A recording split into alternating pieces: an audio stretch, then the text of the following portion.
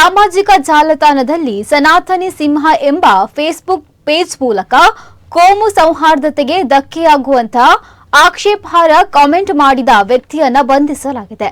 ಈ ಬಗ್ಗೆ ವಿಟ್ಲ ಠಾಣೆಯಲ್ಲಿ 2025 ಸೆಪ್ಟೆಂಬರ್ 18ರಂದು ಪ್ರಕರಣ ದಾಖಲಾಗಿತ್ತು. ತನಿಖೆ ನಡೆಸಿದ ವಿಟ್ಲ ಠಾಣಾ ಪೊಲೀಸರು ಆರೋಪಿಯಾದ ಬೆಂಗಳೂರು ವಿದ್ಯಮಾನ ನಗರ ನಿವಾಸಿ ಆನಂದ ಎ ಎಂಬಾತನನ್ನ ಜೂನ್ 27ರಂದು ದಸ್ತಗಿರಿ ಮಾಡಿ ನ್ಯಾಯಾಲಯಕ್ಕೆ ಹಾಜರುಪಡಿಸಿದ್ದಾರೆ.